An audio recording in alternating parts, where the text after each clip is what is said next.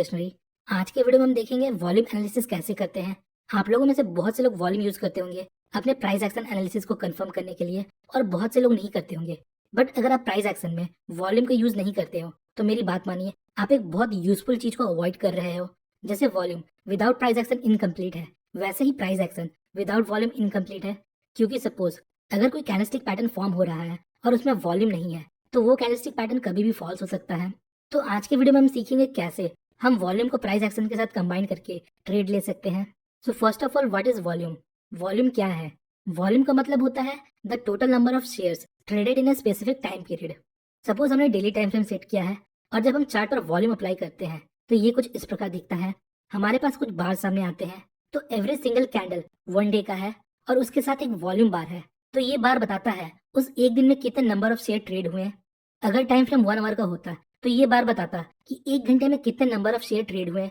Next, अब देखिए, ये बार्स आपस में छोटे बड़े हैं। छोटे बार्स का मतलब वॉल्यूम लो है, उस पर्टिकुलर टाइम पीरियड में ट्रांजेक्शन कम हुए हैं। और बड़े बार्स का मतलब वॉल्यूम हाई है, मतलब उस पर्टिकुलर टाइम पीरियड में ट्रांजेक्शन ज्यादा हुए हैं। अब इस चीज को ध्यान से समझिए। In the world of technical analysis, volume और प्राइस ये दो चीजें ही लीडिंग होते हैं, मतलब हमें फास्ट सिग्नल देते हैं, और बाकी जो भी इंडिकेटर्स है वो लैगिंग है, मतलब जो लेट सिग्नल देते हैं। इसके पीछे का रीजन एकदम सिंपल है। देखिए, जो भी इंडिकेटर आप यूज करते हो वो या तो प्राइस से बना होता है या वॉल्यूम से बना होता है, या वॉल्यूम और प्राइस को मिक्स करके बनता है। तो पहले प्राइस और वॉल्यूम में सिग्निफिकेंट चेंजेस आते हैं, फिर इंडिकेटर उन्हें रीड करता है और उनके बेस पर आपको सिग्नल्स देता है। तो अगर आप वॉल्यूम और प्राइस एक्शन पर फुल फोकस और डिटेल स्टडी रखते हो तो लिटरली आपको किसी भी इंडिकेटर को देखने की जरूरत नहीं है। तो वॉल्यूम और प्राइस एक्शन को कंबाइन करके ट्रेड कैसे लेते हैं उसके कुछ रूल्स देखते हैं। Number 1, trade breakout with volume confirmation. मतलब अगर आप चार्ट पैटर्न्स या ब्रेकआउट पर ट्रेड लेते हो तो आप वॉल्यूम का यूज करके अपने एक्यूरेसी को बढ़ा सकते हो और फॉल्स ब्रेकआउट या फॉल्स ब्रेकडाउन से बच सकते हो। आइए एग्जांपल की हेल्प से समझते हैं। लेट्स सपोज हमें चार्ट पर एक असेंडिंग ट्रायंगल पैटर्न स्पॉट होता है। नाउ अब हम ब्रेकआउट का वेट कर रहे हैं। नेक्स्ट, यहाँ एक ग्रीन कैंडल रेजिस्टेंस लेवल को ब्रेक करता है। अब देखिए, जेन्युइन ब्रेकआउट को कैसे आइडेंटिफाई करना है इस पर मैंने ऑलरेडी डिटेल वीडियो बनाया है, जिसमें से एक टेक्निक है वॉल्यूम। अगर इस ब्रेकआउट कैंडल का वॉल्यूम इस रेंज पीरियड के एवरेज वॉल्यूम से हाई है, so there is a high probability ये ब्रेकआउट जेन्युइन हो सकता है।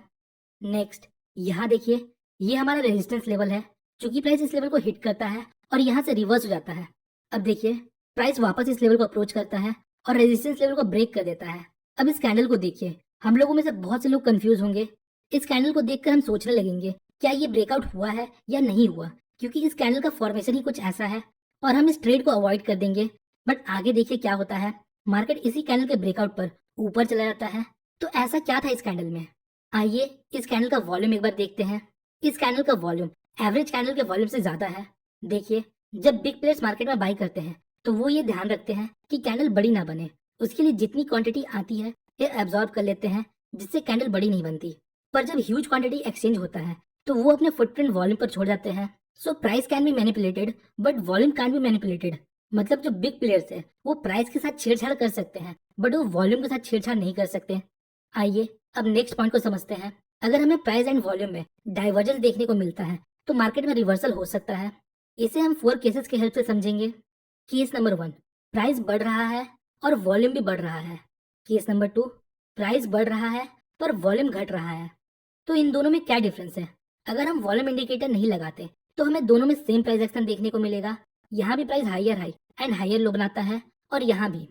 बट जब हम वॉल्यूम इंडिकेटर को अप्लाई करते हैं तो हमें केस नंबर 1 में कुछ बार्स देखने को मिलते हैं जो प्राइस के साथ बढ़ रहे हैं। जरूरी नहीं सारे बार्स बड़े हों। कहने का मतलब है, अगर हम एक ब्रॉडर पिक्चर देखें तो ये अप ट्रेंड में होगा। नेक्स्ट, अगर आप वॉल्यूम सेकंड केस में देखते हो तो आपको दिखेगा या तो वॉल्यूम फ्लैट है या डिक्रीज हो रहा है।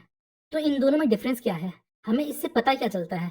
देखिए, केस नंबर 1 में प्राइस बढ़ रहा है और वॉल्यूम भी बढ़ रहा है, मतलब लोग हायर प्राइस में बाय करने में इंटरेस्टेड है, और जैसे जैसे प्राइस बढ़ रहा है लोग और बाय कर रहे हैं। यहाँ हम बोल सकते हैं नंबर ऑफ ट्रांजेक्शन बढ़ रहे हैं। अब देखिए, प्राइस हम जैसे नॉर्मल लोगों के बाय करने से ऊपर नहीं जाता, इसका मतलब यहाँ कोई बिग प्लेयर बाय कर रहा है। तो अगर उन लोगों को हायर प्राइस में भी बाय करने में इंटरेस्ट है तो वो प्राइस को आसानी से नीचे आने नहीं देते। तो इसका मतलब ये एक स्ट्रॉन्ग ट्रेंड है, हम इस ट्रेंड को कंटिन्यू कर सकते हैं। सेकेंड केस देखिए, जैसे जैसे प्राइस बढ़ रहा है वैसे वैसे नंबर ऑफ ट्रांजेक्शन कम होते जा रहे हैं।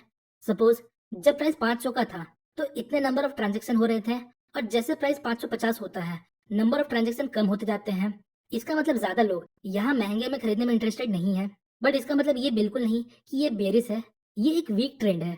तो हम ये समझ सकते हैं यहाँ बिग मनी इन्वॉल्व नहीं है। हमें ऐसे ट्रेंड को अवॉइड करना चाहिए क्योंकि ये ट्रेंड आगे जाकर रिवर्स हो सकता है या साइडवेज हो सकता है। आइए अब केस नंबर 3 एंड 4 को समझते हैं। केस नंबर 3, प्राइस गिर रहा है बट वॉल्यूम बढ़ रहा है। केस नंबर 4, प्राइस गिर रहा है और वॉल्यूम भी कम हो रहा है। तो दोनों केस में प्राइस लोअर लो बना रहे हैं, बट केस नंबर 3 में वॉल्यूम बढ़ रहा है और केस नंबर 4 में वॉल्यूम घट रहा है।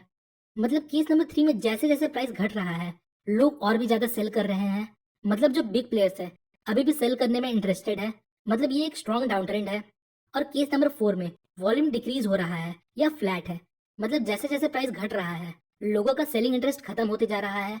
सपोज जब प्राइस 100 का था तब सेलिंग ज्यादा हो रहा था, और जब प्राइस 90 हो गया तो सेलिंग कम हुआ।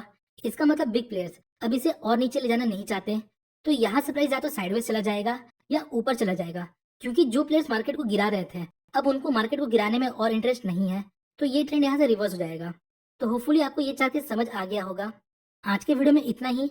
सो होपफुली गाइस आपको इस वीडियो से थोड़ी इन्फॉर्मेशन मिली होगी। अगर आपको वीडियो इन्फॉर्मेटिव लगी तो वीडियो को लाइक और चैनल को सब्सक्राइब जरूर करें। मिलते हैं नेक्स्ट वीडियो में, तब तक के लिए बेस्ट ऑफ लक।